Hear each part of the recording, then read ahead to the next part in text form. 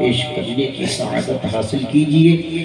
جس کو جتنی محبت اپنے پیغمبر سے ہے اتنی ہی آواز میں درود شریف پڑھ کے سنائیں۔ پڑھیے اللہم صلی مولانا محمد معدن الجود والکرم وبارک وسلم صلی علیہ صلاة و سلام علیک یا رسول اللہ صلاة و سلام علیک یا سیدی یا رسول اللہ صلاة و سلام علیک یا سیدی یا نبی اللہ صلاة و سلام علیک یا سیدی یا حبیب اللہ۔ حضرات، میں چونکہ پہلی مرتبہ آپ کے دیار محبت میں حاضر ہوا ہوں، بڑے مشفق و مہربان ہیں ہماری اس بستی کے علماء ذوی الاحترام۔ میں نے ان حضرات سے جب سے حاضر ہوا تھا یہاں کے حالات اور یہاں کے معاملات کو جاننے کی کوشش کری۔ ماشاءاللہ آپ حضرات کی محبتی اور میزبانی اور آپ حضرات کے حالات سن کر کے طبیعت باغ باغ ہوا۔ اب چونکہ آپ مسلسل کئی روز سے ان محافل کے ذریعے اللہ اس کے رسول کے فرامین کو قرآن و حدیث کی جو ریکوائرمنٹ ہے اس کے مطابق مقررین سے آپ ان کے اپنے جدا جدا انداز میں تقاریر کو سن رہے ہیں۔ میں بھی حاضر خدمت ہوں آپ کے دیار محبت میں، مگر شرط یہ ہے کہ آپ حضرات میزبانی کے فرائض انجام دیتے ہوئے بس اپنی سماعتوں کو میری جانب متوجہ فرمائیں۔ علماء کرام میری پشت پناہی فرمائیں گے اور آپ نیچے سے توجہ کریں گے تو انشاءاللہ ہم اپنے وقت مقررہ پر اپنے موضوع کی پابندی کرتے ہوئے منزل مقصود تک پہنچ جائیں گے۔ دیکھیے، تقریر بھی اصل میں ایک کلاس کی طرح ہے، ایک درس کی طرح ہے۔ تقریر ایکچول میں ہوتی ہے آڈینس کے لیے، مجمع کے لیے، سننے والوں کے لیے، سامعین کے لیے، پبلک کے لیے۔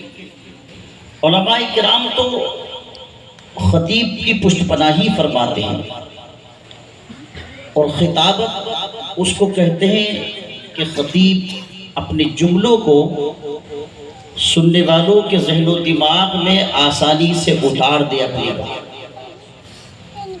آپ گفتگو کا اکثر حصہ یاد کر کے گھر لے جائیں اور اللہ پاک کی توفیق سے اگر کرم ہو جائے اور اس پر عمل بھی ہو جائے تو پھر بیڑا پار ہو جائے۔ میں اتنی تیز اور دھواں دار تقریر کروں کہ میں خود ہی بولوں اور خود ہی سمجھوں اور خود ہی گھر لے جاؤں تو آپ کہیں گے شور شرابہ تو کافی ہوا مگر ہمارے پلے کچھ نہیں پڑا۔ میں تھوڑا سا عام روش سے ہٹ کر کے بولتا ہوں اور میرا مزاج یہ ہے کہ آپ بڑا قیمتی وقت نکال کے اتنی بڑی تعداد میں تشریف لائے ہیں تو آپ کا ایک ایک منٹ کامیاب کرنا یہ میری رسپانسبلٹی اور میری ذمہ داری ہے۔ جب تک بات سمجھ میں نہیں آئے گی میں آگے بڑھوں گا نہیں، میرا مزاج ہے یہ۔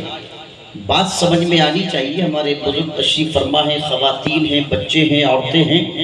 ایک خطیب کی، ایک مقرر کی ذمہ داری ہے کہ اپنی اسپیچ سے، اپنی گفتگو سے، اپنی بھاشن سے، اپنی تقریر سے، اپنے خطاب سے ہر کسی کو حصہ عطا فرمائے، ہر کسی کو کچھ نہ کچھ ملنا چاہیے۔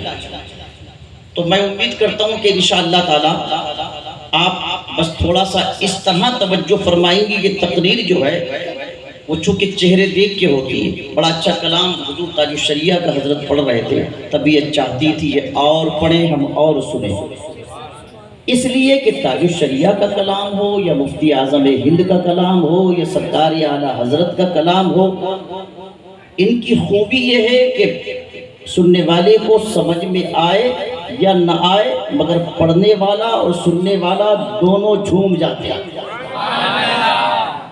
تو دل تو یہ چاہتا تھا کہ حضرت اور پڑھیں اور میں سوچ بھی رہا تھا کہ 2-4 شعر اور سننے کو ملے۔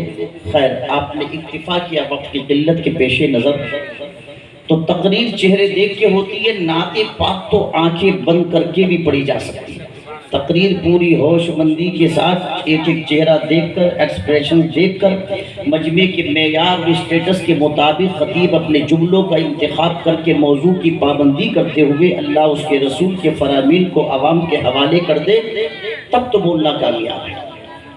اب اس کا طریقہ یہ ہے کہ تھوڑا آپ بولیں گے، باقی ہم بولیں گے انشاءاللہ، اور وہ اس طرح چونکہ آپ کے لب ہلیں گے تو فرشتوں کا قلم چلے جائے گا، آپ سبحان اللہ کہیں گے تو آپ کو نیکیاں ملیں گی اور مجھے حوصلہ مل جائے گا، اور علماء میری پشت پناہی فرمائیں گے تو کچھ علمی نکات بھی انشاءاللہ میں آسان کر کے بالکل حلق میں پانی کی طرح اتار دوں۔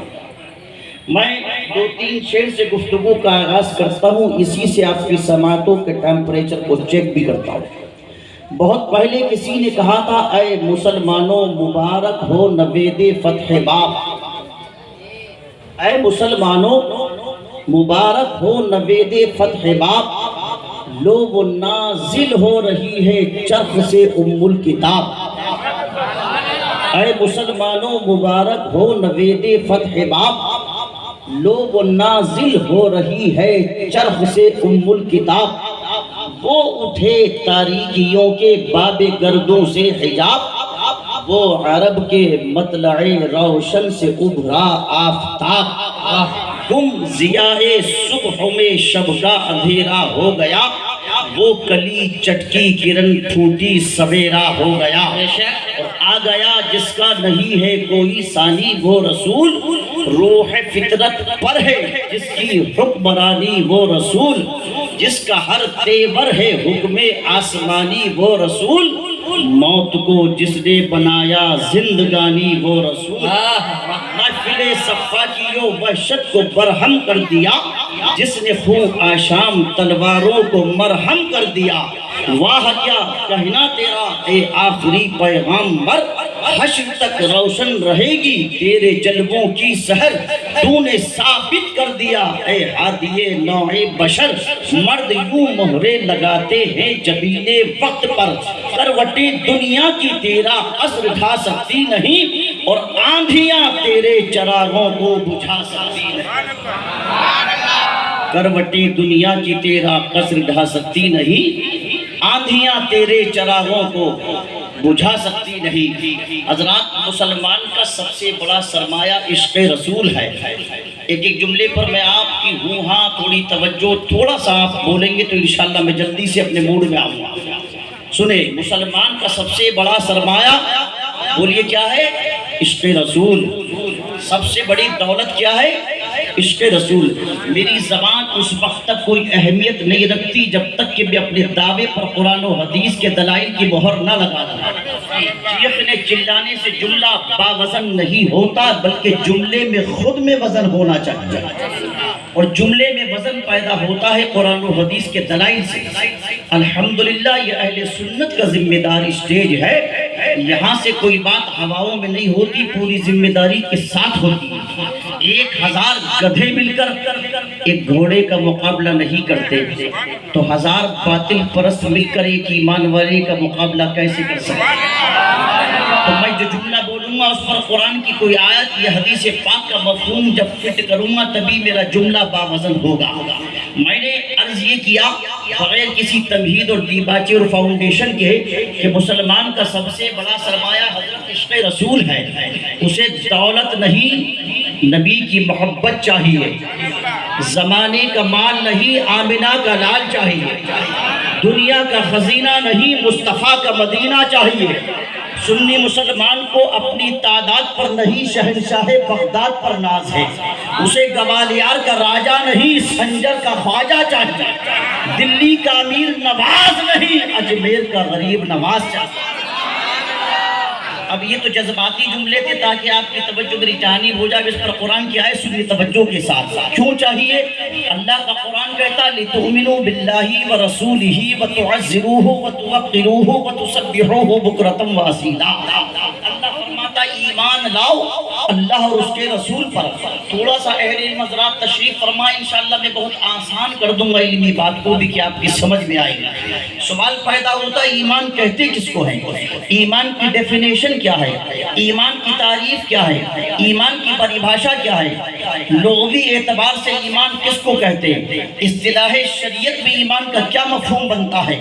قرآن نے تو کہا ایمان لاؤ، یہ مفہوم پیش کر رہا ہوں سمپل۔ اللہ فرماتا ہے ایمان لاؤ کس پر؟ اللہ پر اور اس کے، سب بولیے اللہ پر اور اس کے رسول پر۔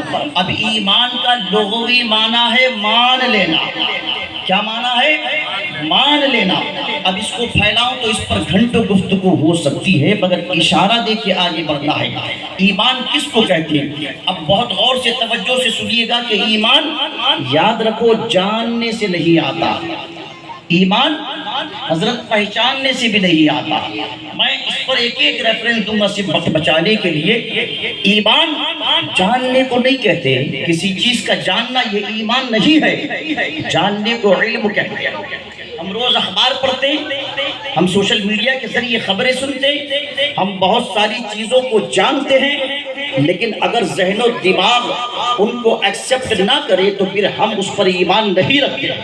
تو جاننے کو علم کہتے ہیں، اسٹڈی کہتے ہیں، مطالعہ کہتے ہیں۔ مثال کے طور پہ ابو جہل کا قول کتابوں میں لکھا ہے کہ ابو جہل یہ کہا کرتا تھا کہ میں دوپہر کے سورج کا تو انکار کر سکتا ہوں مگر محمد عربی کے نبی ہونے کا انکار نہیں کر سکتا۔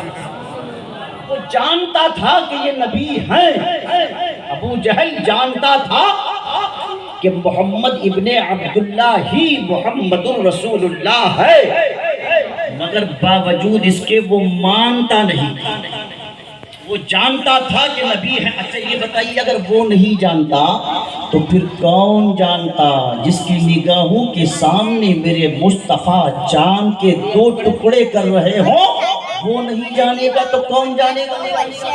جس کی نگاہوں کے سامنے حضور کی انگلی کے اشارے سے سورج پلٹ کے آ رہا ہے، جس کی نگاہوں کے سامنے بلکہ اسی کی مٹھی میں کنکر مصطفیٰ سے کلام کر رہے ہوں اور راہوں کے پتھر مصطفیٰ کو سلام کر رہے ہیں، اگر وہ نہیں جانتا تو کون جانتا؟ وہ جانتا تھا کہ یہ درختوں کو آواز دیتے تو وہ دوڑا ہوا چلا آتا، وہ جانتا تھا کہ راہوں سے گزرتے ہیں تو آسمان سے بادل کے ٹکڑے آ کے سایہ کرتے ہیں، وہ جانتا تھا یہ وہ پیغمبر ہیں جو زبان سے کہتے ہیں وہ ہو کے رہ جاتا ہے، وہ جانتا تھا یہ وہ پیغمبر ہیں کہ جن کا تھوک شریف لعاب دہن کی برکتوں کا عالم یہ ہے کہ اگر کھاری کنویں میں ڈل گیا تو ہمیشہ کے لیے میٹھا ہو گیا۔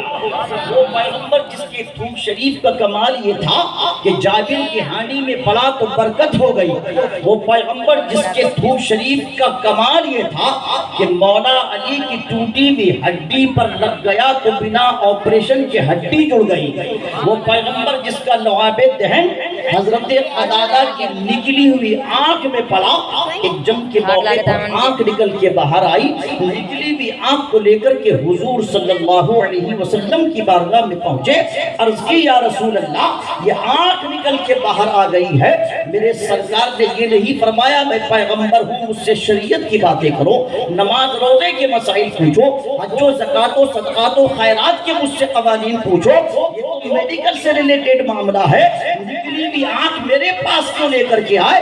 مگر سرکار نے فرمایا آج بھی یہ جملہ حدیث کی کتابوں میں محفوظ ہے، آقا نے فرمایا قتادہ غم نہ کرو قریب آؤ، سرکار نے نکلی بھی آنکھ کو اپنی ہتھیلی پر رکھا، لعاب دہن یعنی تھوک شریف لگایا اور لگا کر کے واپس ان کے چشمہ حلق میں رکھ دیا۔ آج بھی جملہ کتابوں میں محفوظ کہ قتادہ کہتے ہیں میں 120 برس تک زندہ رہا، جو آنکھ ماں کے شکم میں فرشتوں نے بنائی تھی اس کی روشنی میں تو کمی آتی گئی اور جو آنکھ مصطفیٰ کے تھوک شریف سے بنی تھی اس کی روشنی میں اضافہ ہوتا چلا۔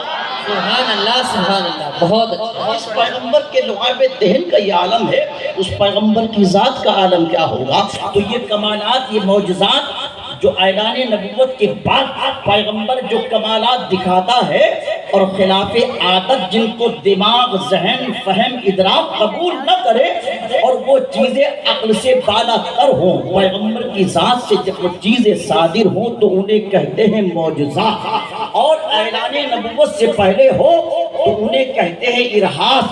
تو یہ تمام چیزیں ابو جہل اپنی آنکھوں سے دیکھ رہا تھا، اسی لیے وہ کہتا تھا کہ نبی تو ہیں مگر میں مانوں گا نہیں، چونکہ ماننے سے تمام اس کے آباء و اجداد کا بیڑا غرق ہو رہا۔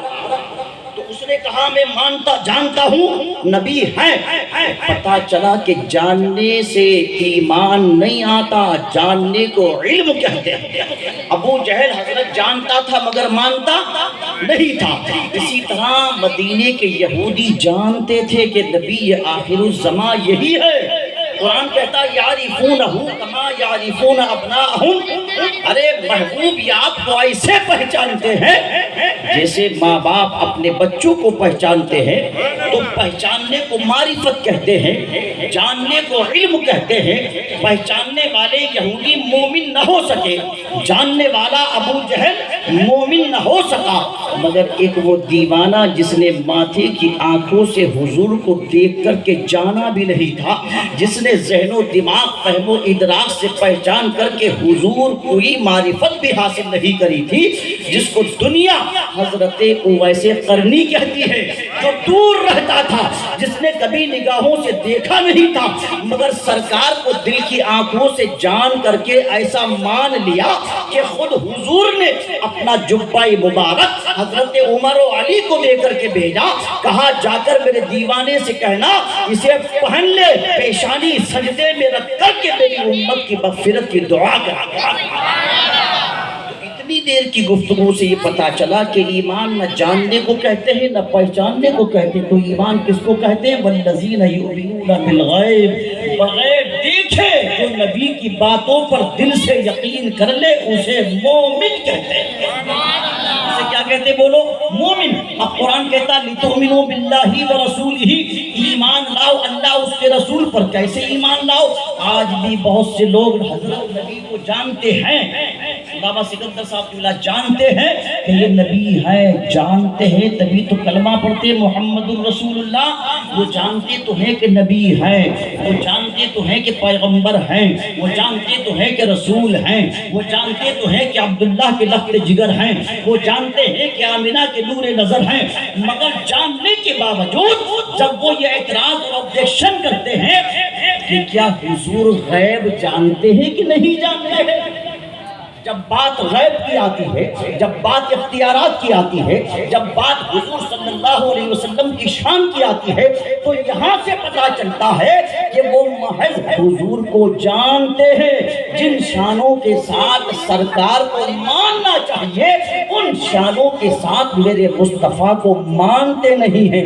اگر وہ مانتے تو پھر یہ نہیں کہتے کہ نبی ہیں، غیب جانتے کہ نہیں جانتے، چونکہ ان کو خبر ہونی چاہیے۔ نبی کہتے ہی اس کو ہے جو غیب کی خبریں دینے کے لیے دنیا میں آتا ہے۔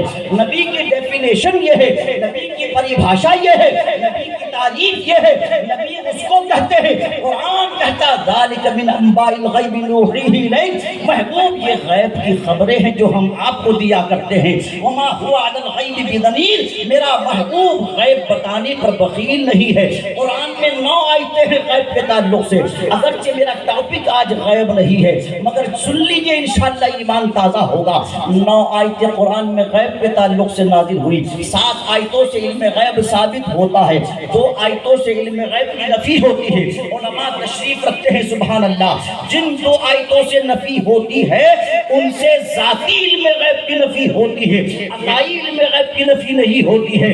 تو اگر وہ نبی مانتے ہیں تو یہ سوال کیوں کرتے ہیں کہ مصطفیٰ کو پیچھے کی خبر ہے یا نہیں ہے، مصطفیٰ گنبد خضرا سے دیکھ رہے ہیں یا نہیں دیکھ رہے ہیں؟ جس نے دل سے مانا ہے وہ تو بریلی کے سوداگران کی پتلی سی گلی میں بیٹھ کے کہتا دور و نزدیک کے سننے والے وہ کانے لانے سلام۔ جس نے دل سے مانا اس نے تو کہا